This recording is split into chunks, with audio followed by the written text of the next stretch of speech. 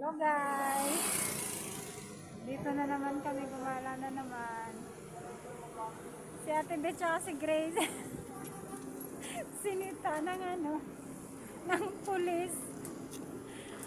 Inakyat yung e-bike dun sa kabilang daanan, yung pangdaanan ng tao. Iikot pa yun.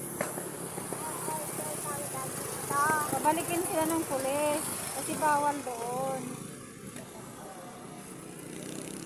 Palpak na naman yung lakad namin. Lobat yung e-bike ni Ate Beth. Dapat kapon na ano yun. Oo, dapat sinabihan ko siya na i-charge niya kanina. Sabi niya meron pa naman daw. Grace, may lamat ka yata sa pet Grace eh. Hindi lagi natutuloy eh.